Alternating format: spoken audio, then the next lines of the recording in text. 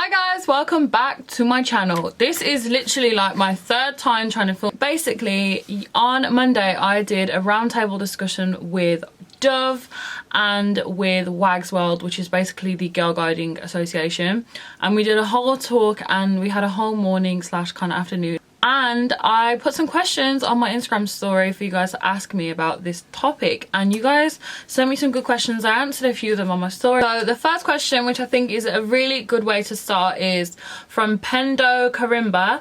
Have you always loved your body, and if not, what age did you begin to love it? Love you, by the way, you are my inspiration. Thank you so much. So let me just be real with y'all. So I have not always been plus size, and I've not always had major body confidence issues. I did not grow up like the fat friend or like the fat kid in school, or like I wasn't bullied for like my weight. I wasn't bullied. Like, I am the most confident that I've ever been, the happiest, and feel the most sexiest that I've ever been in my entire life now that I'm a size 16, which is like crazy. But if you've also watched my Pressure to be a Baddie video, you will see that is not a thing in my world, okay? I don't dress how I'm supposed to for my body size, body shape. I dress for me and dress how I want to. Honestly, I dress more for like style and what matches my style, not what's gonna make my waist look smaller or make me look smaller. There's all these myths that like, oh, bigger girls should always wear a black because it makes them look smaller. If you have an hourglass body, you should wear.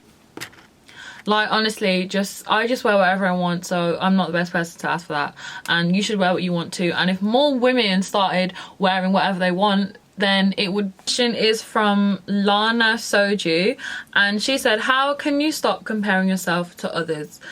The key thing, I think, to stop comparing yourself to others is to realize that God, or whoever you believe in, did not make everyone in this earth normal. He didn't make everyone to be the same.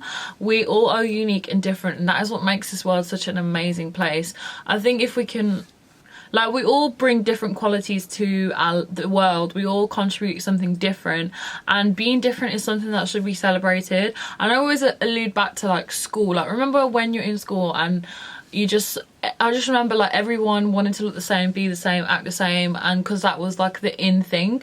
But when you leave school in that closed-minded, small-minded environment, you realise that having unique traits and being different, being from a different country, I aspire to have. Like, I have a friend who is half Vietnamese, and when she was in school, she was like embarrassed about it. She was like embarrassed that like her mum was from or her family were from she has all this culture.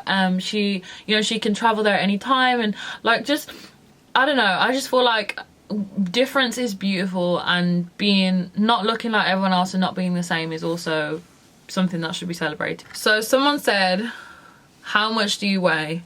Sir, sis, whatever you are, I can't read that name. I don't really know because I don't weigh myself, but the last time I did get weighed, which was about a year ago, I was 190 pounds.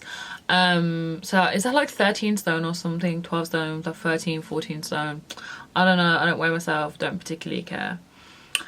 If I am heavy because it's all of this ass, honey, and all this titty dem. Lauren Brennan 5 asks, how do you not let rude comments set you back on or whatever, Instagram?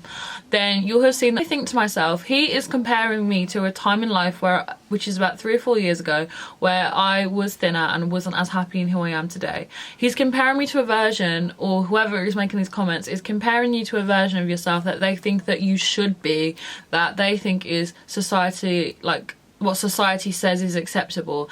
And I think to myself, well, 4 years ago, yes, I might have been thinner, but I wasn't as successful as I am now. I wasn't as confident as I am now. I wasn't as happy as I am now. I wasn't as woke about world issues as I am right now. I wasn't as financially stable as I am now.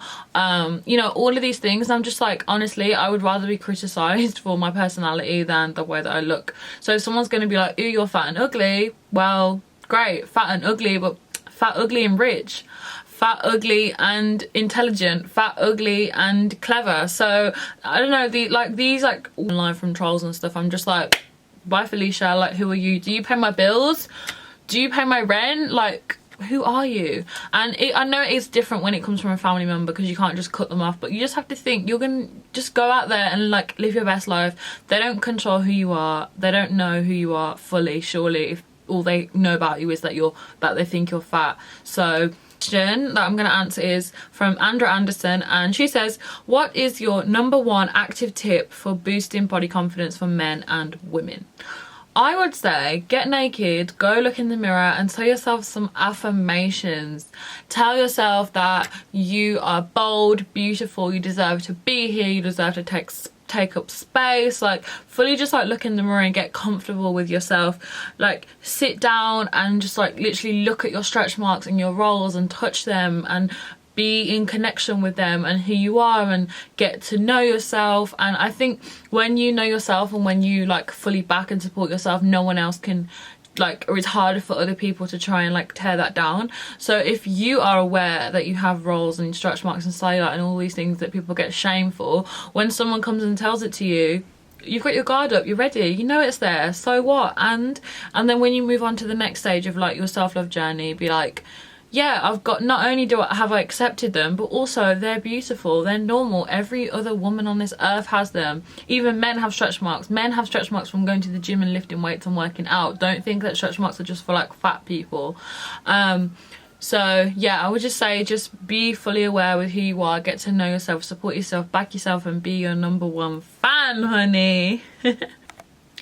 So that is the end of this little Q&A, guys. I hope you guys enjoyed it. Please make sure you like, comment and subscribe. And my next video, or one of my next videos, is going to be the 1 year post-op of breast reduction surgery. So stay tuned for that. Make sure you follow me on social media. Tell me what else you want to see. Thank you for watching.